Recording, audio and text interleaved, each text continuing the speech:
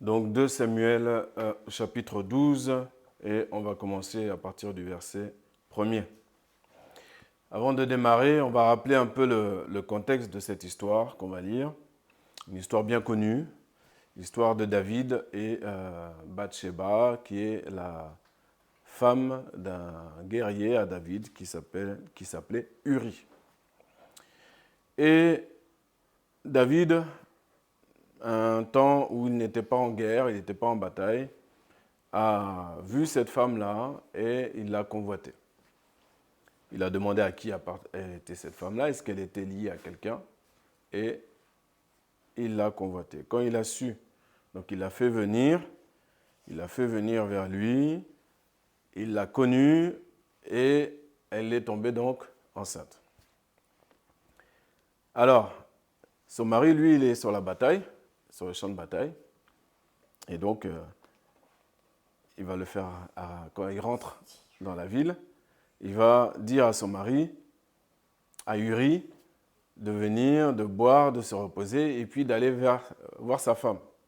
À l'époque, quand tu vas à la guerre, tu ne prends pas le temps, quand tu es un chef, tu ne prends pas le temps d'aller te reposer, et voir ta famille, et voir ta femme. Tu restes avec tes hommes.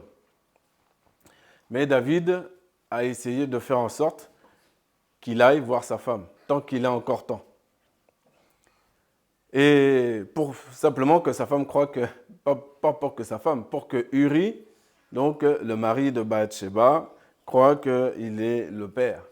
Donc David a essayé de dissimuler donc son péché, sa faute. Il n'a pas réussi, bien sûr, mais ça on va le voir après. Mais la manière dont il a poursuivi, comme Uri, lui, il n'allait pas. Il n'a pas été voir sa femme. Alors David a décidé de l'envoyer sur le chemin de bataille, mais au front et dans les zones dangereuses, et en complicité avec des hommes qui étaient sur le chemin de bataille, pour placer Uri à un endroit bien spécifique pour qu'il se fasse tuer. Et c'est ce qui s'est passé. Donc David a fait tuer Uri. Comme ça, David peut prendre sa femme, la récupérer, et tout va bien.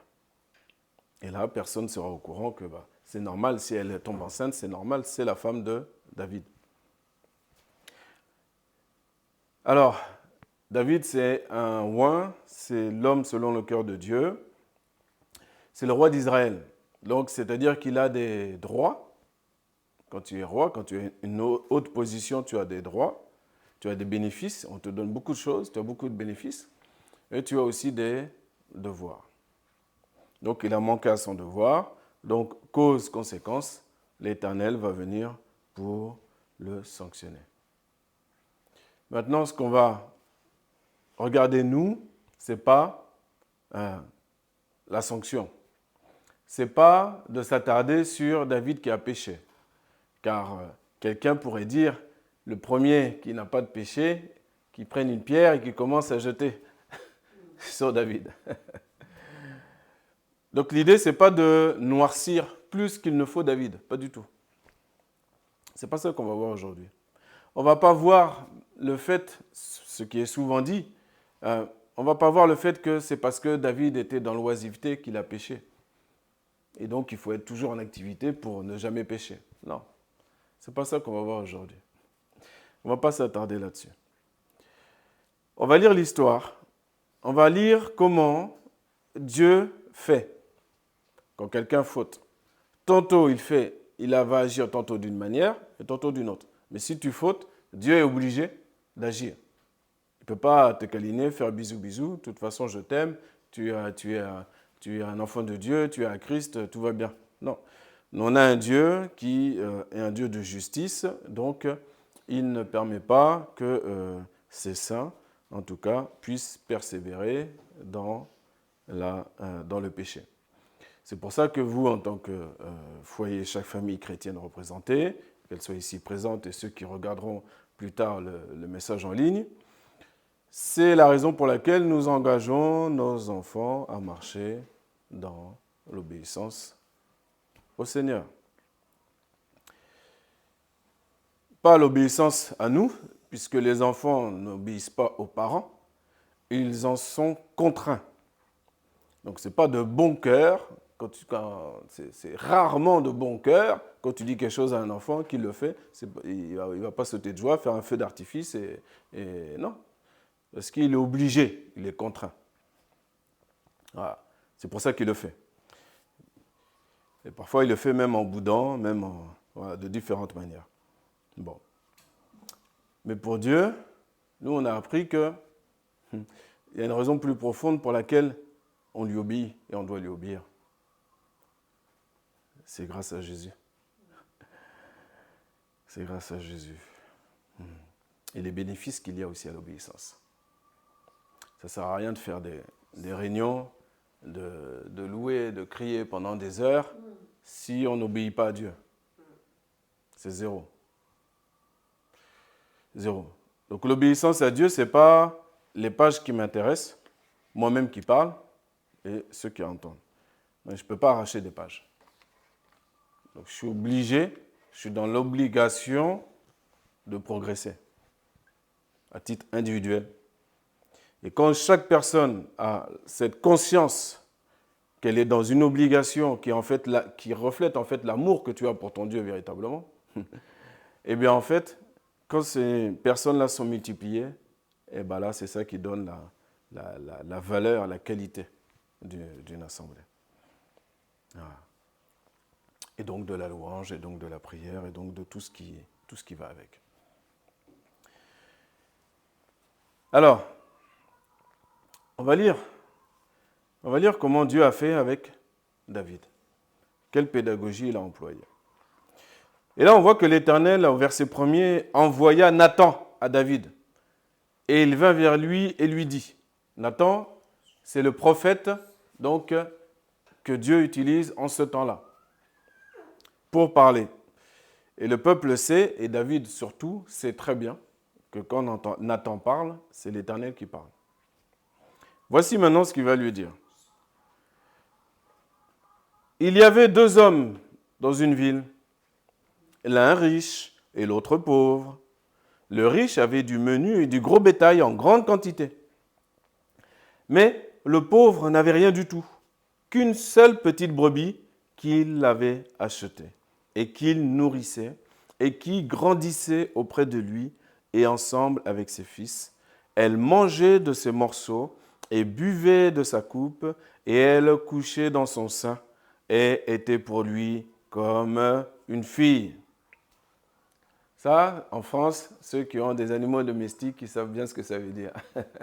Parfois, ils appellent même leur chien, leur chat. C'est l'enfant de la maison. C'est le 6e enfant ou c'est le 7e enfant. Ce n'est pas que c'est ridicule, c'est simplement, ça montre en fait l'attachement que les personnes ont pour l'animal, jusqu'où ça va. D'accord ? Et là, c'était le cas donc dans cette histoire qu'il est en train de raconter à David. Verset 4. Et un voyageur vint chez l'homme riche, et il évita de prendre de son menu ou de ce gros bétail pour en apprêter au voyageur qui était venu chez lui. Et il a pris la brebis de l'homme pauvre, et l'a apprêtée pour l'homme qui était venu vers lui. Et la colère de David s'embrasa fort contre cet homme. Et il dit à Nathan, « L'Éternel est vivant, que l'homme qui a fait cela est digne de mort. Et il rendra la brebis au quadruple, parce qu'il a fait cette chose-là et qu'il n'a pas eu de pitié. » S'exprime tout ce qui est intrinsèquement dans David. David, là, il n'exprime pas un mensonge, il n'exprime pas une folie particulière. C'est, au fond de lui-même, quelqu'un qui aime la justice. C'est quelqu'un qui aime la justice. C'est quelqu'un qui aime qu'on dise les choses vraies, qu'on dise les choses droites, qui aime marcher dans la vérité. Et donc, entendre pour lui une histoire pareille, c'est inimaginable. Toi aussi, des fois, on vient vers toi, on te raconte des histoires d'autrui, et ça te semble... tu vas juger, même sans le vouloir, des événements et des personnes, d'une manière que tu ne t'en rends même pas compte que l'histoire dans laquelle vous êtes en train de discuter est similaire à la tienne. Parfois. Est similaire à la tienne. Mais comme on vit comme étant étourdi par ce monde, on est étourdi. Et on oublie. Et on ne sait même pas qui on est, même les minutes qu'on vit. On est étourdi par toutes sortes de choses. J'avais prêché un jour sur les leurres. Vous savez, les avions de chasse. Quand il y a un autre avion de chasse qui est derrière lui, il y a un missile qui est lancé. L'avion qui est chassé reçoit une alerte dans son cockpit. Et à ce moment-là, s'il veut échapper, ce n'est pas suffisant qu'il aille à gauche ou à droite, ou qu'il monte ou qu'il descende. Il faut qu'il lâche des leurres. Et des leurres, ce sont plein, des centaines de petits objets qui ont chacun leur petite chaleur et le missile doit aller vers un de ces objets-là pour être détourné. Donc il faut les lâcher au bon moment et après tu peux espérer t'échapper.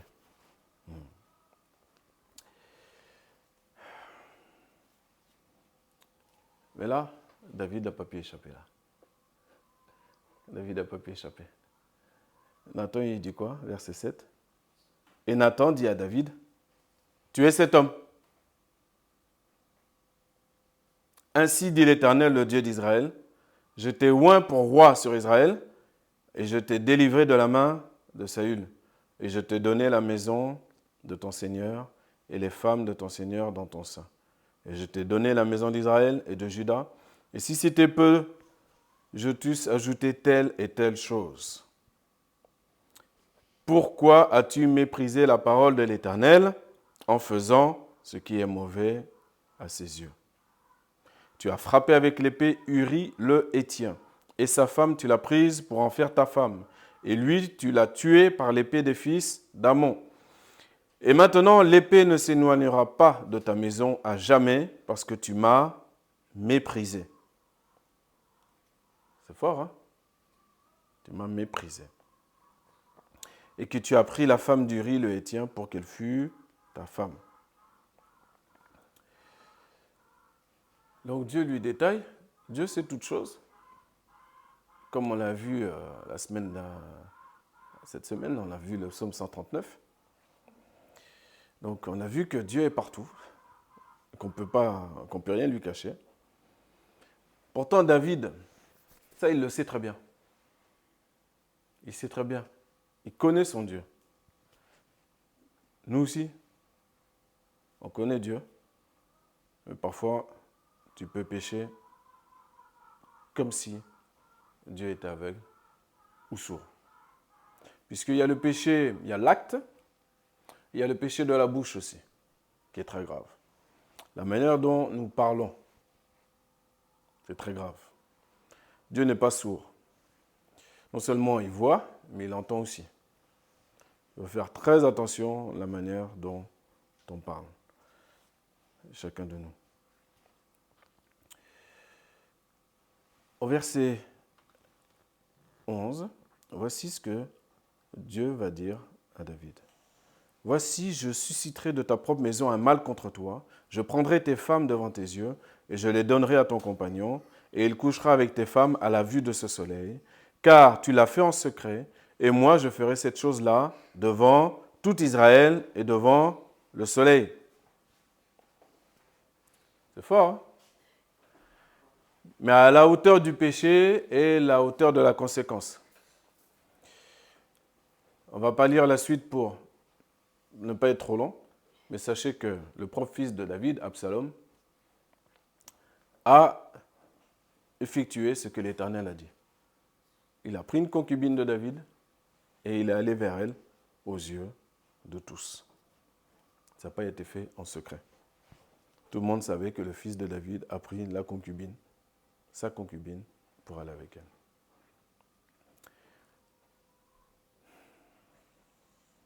Maintenant, voici l'homme selon le cœur de Dieu qui répond au verset 13 et qui dit ceci. Et David dit à Nathan, j'ai péché contre l'Éternel. Voilà l'homme selon le cœur de Dieu. On lui dit qu'il a fauté. Il dit, j'ai fauté. On ne zigzague pas. On ne fait pas de détour. On ne fait pas de détour. Il n'y a personne qui est parfait selon la perfection humaine. C'est Dieu qui nous rend parfaits, si j'ose dire. Mais si on est pris en faute, quelle qu'elle soit, petite ou grande, soyons prompts à dire « j'ai fauté ». Pas la peine d'essayer de s'échapper à gauche, à droite. J'ai fauté.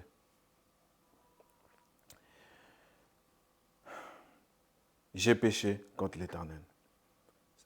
C'est la seule phrase que David a dit. J'ai péché contre l'Éternel.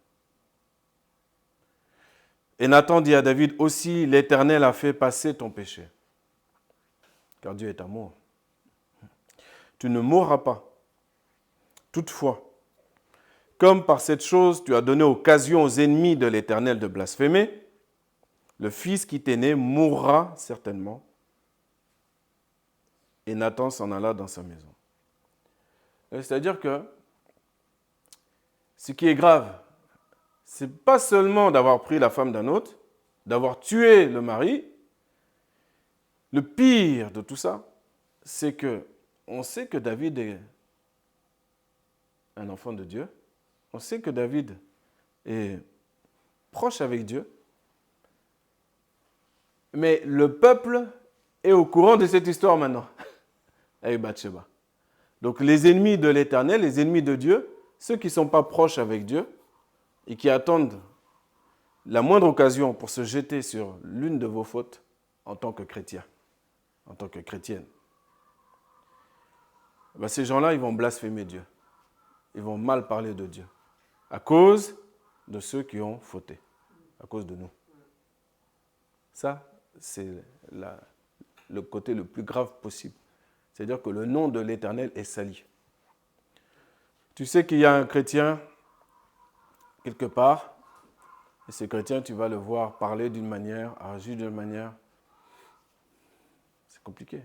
C'est des pierres d'achoppement envers d'autres. Après que tu vas annoncer l'évangile à des personnes, ils vont dire « Excuse-moi, pourquoi tu veux que je vienne à l'église? Pourquoi tu veux? Puisque je vois que vous êtes comme les autres. » Ah, c'est pas bon. Et ils vont blasphémer l'Éternel. Ils vont mal parler de Dieu. Donc, Dieu qui est un Dieu de justice, il ne tient pas le coupable pour innocent, il dit dans sa parole. Donc il est obligé d'avoir une réparation. Là, nous sommes dans l'Ancien Testament. Nous sommes encore sous la loi. La conséquence est forte, puisqu'elle amène la mort de l'enfant. À hauteur de l'importance du personnage de David. Je ne sais pas si c'était quelqu'un du peuple, une petite personne du peuple, peu connue, dans son coin, qui a fauté. Je ne sais pas s'il aurait eu la même je ne sais pas. Je ne sais pas. Mais en tout cas, aux mesures qui t'est données, dit la parole de Dieu, il te sera redemandé. Ça, c'est important de bien considérer ça. De ne pas trembler, mais d'avoir la bonne crainte de Dieu, qui est le commencement de la sagesse. Et de se rendre compte que, oui, il y a la faute, mais il n'y a pas que la faute. Il y a la conséquence de la conséquence de la conséquence de la faute. Et la pire, c'est quand ça arrive. Donc déjà, le péché enfante la mort. Hein. Le salaire du péché, c'est la mort. Ok. Mais quand c'est pour toi seul, c'est déjà grave. Mais quand ça amène encore d'autres personnes à blasphémer Dieu à cause de toi, là, c'est grave. Donc, il est obligé d'avoir une réparation. Aujourd'hui, pour nous, la réparation, elle s'appelle Jésus-Christ de Nazareth. Il est venu une fois pour toutes pour nous sauver de toutes nos fautes, de tous nos péchés. C'est la raison pour laquelle on le loue, on le chante, de tout notre cœur, on considère, et on ne peut pas ne pas lui dire merci chaque jour. Sauf si on pense que Dieu nous doit quelque chose, hein, de particulier. Parce que nous sommes si importants, c'est plutôt lui qui nous doit que nous qui lui devons quelque chose. Alors, cette réparation-là s'appelle Jésus-Christ.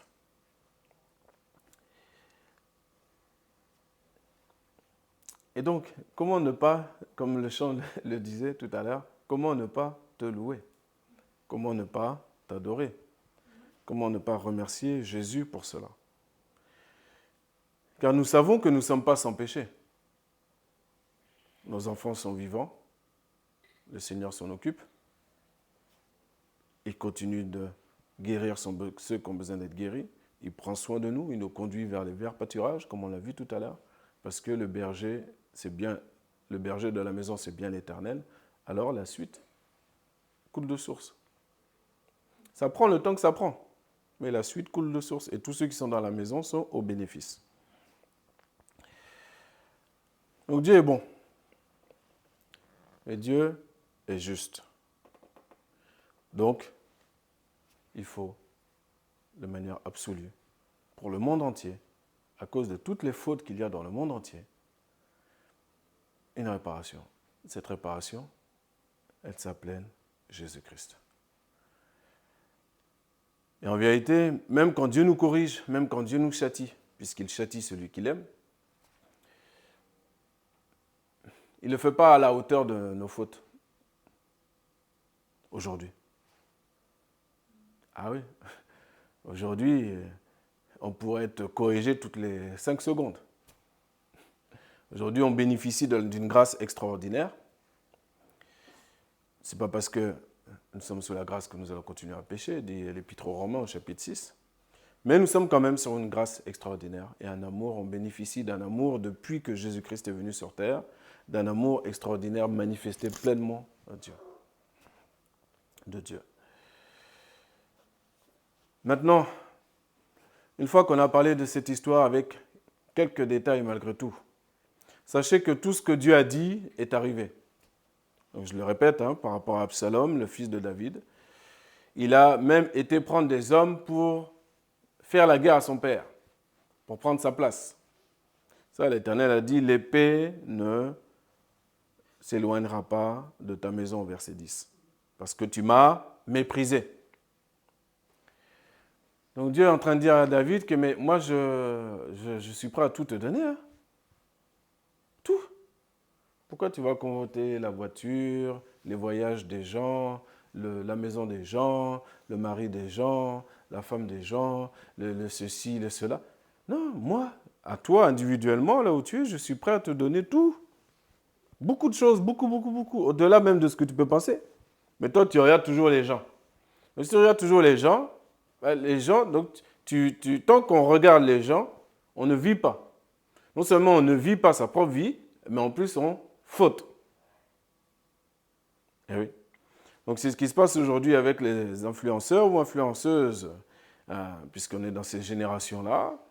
Eh bien, ça peut démarrer au départ, c'est mignon, c'est pas méchant. Si tu vas suivre quelqu'un sur la cuisine, par exemple. Bon, fait des petites recettes, tout ça. Très bien. Bon, elle fait des bonnes recettes. Pourquoi pas refaire les bonnes recettes? C'est pas mal, c'est pas un péché, non? Bon. Mais après, tu vois la caméra, elle a une caméra de très haute définition. Tu vois dans son studio, tu ne sais même pas si c'est à elle d'ailleurs. Toi, tu crois que c'est chez elle, mais tu vois comment c'est beau, c'est propre, ça brille. Il y a des robots partout, dernier cri. Et toi, tu vas vouloir la même chose. Au fur et à mesure, tu vas vouloir faire du copier-coller, faire la même chose. Donc là, c'est des objets.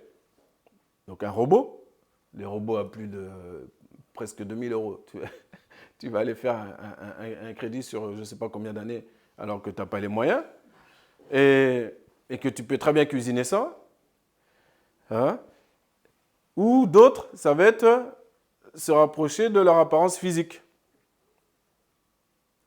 Au début, les gens te donnent des petits conseils sur la nutrition, sur... c'est comme ça que le diable y fait. Il te fait croire que tout autour de toi, tout est mauvais. Tu vois, la parole dit tout est sanctifié par la parole de Dieu et la prière quand tu manges. Même si tes mains sont sales et que tu manges, tu n'as rien à craindre. Ça aussi, c'est la parole de Dieu. Ce n'est pas ce qui entre dans l'homme qui souille l'homme, mais c'est ce qui sort de l'homme qui souille l'homme. C'est pour ça que on peut mettre le meilleur savon qu'on veut, le meilleur maquillage qu'on veut, la meilleure crème, les meilleurs. À partir du moment où ma bouche, elle parle mal, je suis sale, je suis souillé. Si je veux être propre, si je veux être reluisant, si je veux être vraiment plein de lumière, vraiment... Et c'est pas mauvais de vouloir avoir une bonne apparence. C'est pas mauvais. C'est pas grave. Mais sache que le moyen pour cela, c'est manger la parole de Dieu et faire attention à ta bouche. Si tu as une vraie relation, ceux qui ont une vraie relation avec le Seigneur, eh bien, et qui font attention à leur bouche, eh bien, sur leur visage, sur leur être, au fur et à mesure, ça se voit. Ça prend le temps, ça prend, mais ça se voit. C'est visible. Voilà.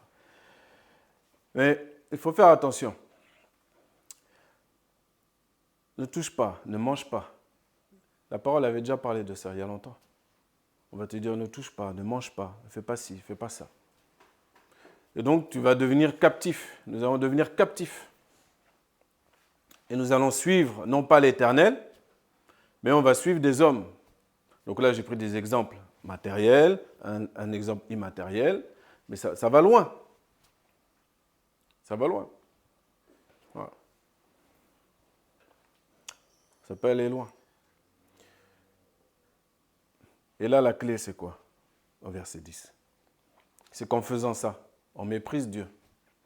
Est-ce que tu ne crois pas que Dieu peut te bénir avec quelqu'un qui vient te voir et qui te donne même un robot? Quelqu'un qui vient te voir, qui va te donner des conseils qu'on ne t'avait pas donnés dans les vidéos. Il va te conseiller sur la marche. Il va te conseiller. Quelqu'un qui t'aime. Il va te donner des conseils qui semblent anodins. Mais comme par hasard, au fur et à mesure, pour ta santé, ça va être extraordinaire. Tu vas ressentir l'effet. Ouais. Tu vas avoir des conseils sur des maquillages qui ne vont pas te faire mettre à découvert tous les mois. Tu vas avoir divers conseils de la part de Dieu, chacun dans son domaine, où Dieu peut donner, et il n'attend que ça de donner. Et si on va rechercher les hommes, ce qu'on va convoiter à travers les hommes et les femmes, eh bien, c'est la traduction littérale, c'est qu'on méprise Dieu. Alors maintenant, ce terme-là est fort parce que David, c'est pas n'importe qui, c'est quelqu'un qui avait une vraie relation avec Dieu, c'est quelqu'un qui a une révélation même de Christ, même qui est extraordinaire, c'est quelqu'un qui nous bénit aujourd'hui jusque dans tous les psaumes qu'il a écrits. C'est pas n'importe qui. Donc, il sait, depuis son tout jeune âge, il sait que Dieu est avec lui, il sait que Dieu peut tout lui donner. Alors pourquoi mépriser Dieu et aller jusqu'à faire tuer quelqu'un? Vous savez que, en plus de ça, Dieu n'a pas donné à David la possibilité de bâtir la nouvelle maison, le nouveau temple. Et ça fait mal quand tu connais le cœur de David. Il l'a donné à Salomon, son fils. Mais Dieu est bon. Parce que vous savez, Salomon, vous savez, c'est qui sa mère? C'est Bathsheba. C'est la femme d'Uri, le Héthien, qui a été tuée. Donc Dieu a quand même permis après que Bathsheba soit réintégrée dans la maison de David. Il lui a fait grâce. Dieu l'a consolée, nous dit la parole. Et elle a enfanté Salomon.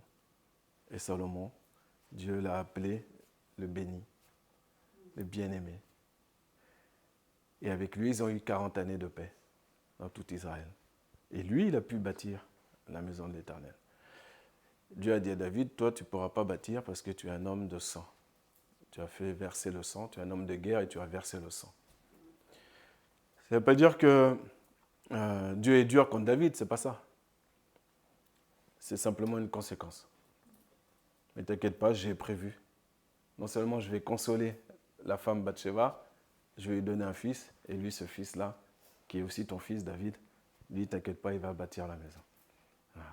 Et David, qui connaît son Dieu, eh ben, il ne va pas gesticuler dans tous les sens pour dire qu'est-ce qui se passe. C'est moi qui veux bâtir la maison. Non, non, non. Et là, on a un accord. Quand Dieu nous donne une récompense ou une punition, il faut être d'accord avec lui. Parce qu'on sait que la finalité, elle est bonne en vérité. Elle est bonne. Il vaut mieux que ce soit mon fils qui bâtisse la maison. C'est vrai que j'ai versé trop de sang. Ah. Et David a continué à servir son Dieu. Il a préparé tout ce qu'il fallait pour son fils. Il a tout mis en ordre pour que son fils puisse commencer à bâtir la maison. Ça, c'est l'homme selon le cœur de Dieu.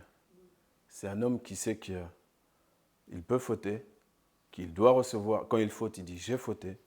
Quand il reçoit sa correction, il accepte sa correction. Et à la fin, coule la bénédiction. Coule la bénédiction. Oui, ce n'est pas punition pour punition. Non. C'est comme les femmes ici, il y en a qui ont eu des enfants, il y en a qui ont vécu parfois des fausses couches, ce ne sera pas ton cas, mais qui derrière en fait ont eu plein d'enfants. Mais oui. Et au fur et à mesure, elles ont compris, pour X, Y raison, on accepte parfois, là, ce n'est pas le moment. Ce n'est pas pourquoi, ce n'est pas tout. La science peut essayer de tout expliquer, la médecine, etc. Les hommes essaient de se rassurer, c'est normal. Mais non, ce sera pour après. Et les gens, après, ils ont plein, tu vois, plein d'enfants. Dieu est bon. Ouais, Dieu est bon. Donc moi, ce que je voulais, pour finir, ce dont je n'ai pas parlé encore, et ce que je voulais aussi que vous reteniez, plus que tous les détails même qui ont été dits jusqu'à aujourd'hui, qui sont intéressants, malgré tout. Mais c'est la manière de Dieu de le faire. Il faut suivre son exemple dans sa pédagogie. Il n'a pas été voir David et tout de suite dit boum, boum, boum, boum, et puis le tuer, puis hop, tu crées un autre homme, tu l'appelles David aussi, puis on recommence. Non. Il a dit, je vais envoyer le prophète. Le prophète, il va lui raconter une petite histoire. Et puis, je connais David, je sais comment il va réagir. Et je vais lui donner la leçon comme ça. Voilà. Pourquoi? Parce que Dieu aime David. Dieu aime David. Dieu t'aime.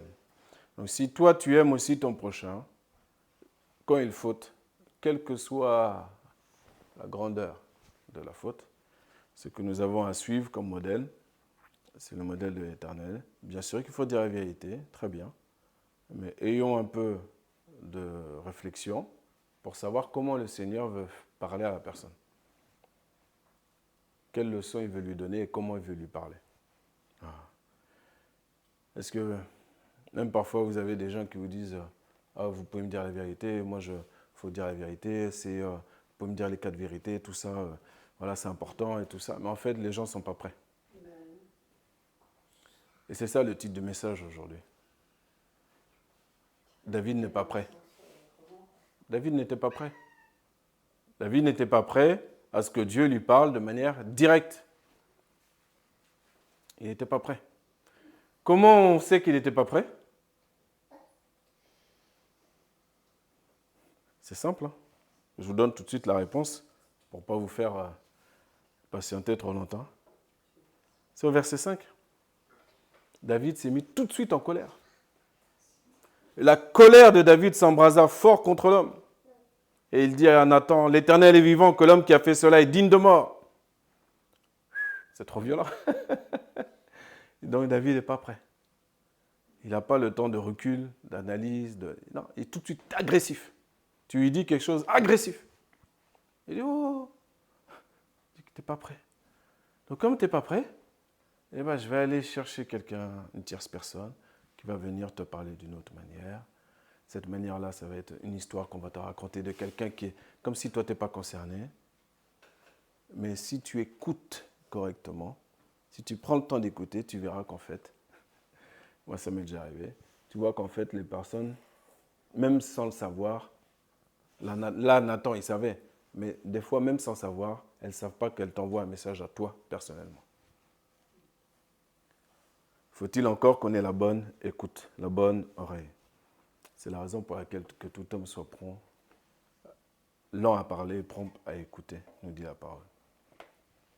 Que le Seigneur nous aide à non seulement, bien sûr, vouloir marcher dans la vérité, dans la droiture, dans l'intégrité, pas de problème, mais aussi dans la bonté, la miséricorde, et savoir faire parfois comme si même on n'a pas vu des fautes. On passe par-dessus. Même les gens, des fois, ils ne savent pas qu'on voit, mais tu passes par-dessus. Parce que Jésus a fait la même chose aussi. Il est passé par-dessus. Et parfois, quand on va pointer une des fautes des personnes, elles vont penser que c'est comme si on le fait depuis qu'elles sont nées. Mais non, elles oublient toutes les fois où tu n'as rien dit, où tu as laissé couler. Et où tu aurais pu intervenir, tu aurais pu parler. Mais comme l'amour de Dieu, c'est ça qui doit nous conduire, eh bien, on n'est pas là à l'ouvrir sur chaque petite chose qui ne nous plaise pas. Voilà. Bien, gloire à Dieu, en tout cas, pour sa parole. Que le Seigneur nous donne vraiment cet amour, déjà, cette réflexion, cette lenteur dans l'action, quand il y a des corrections à avoir, ou quand on parle même les uns vis-à-vis des autres. Et tous ici, on a déjà tous fauté avec notre bouche. Hein. Ça, c'est clair. La langue est un petit membre qui est incontrôlable. Donc, et parfois, même quand on parle de faits, on ne s'en rend pas compte qu'à un moment donné de l'histoire, tac, on commence à dévisser. Et c'est pas bon. Et c'est là qu'on se rend compte ce que dit, mais oui, effectivement, c'est vrai, ce que dit la Bible. La langue, elle est incontrôlable. Donc, il faut être vigilant. Que Dieu nous aide.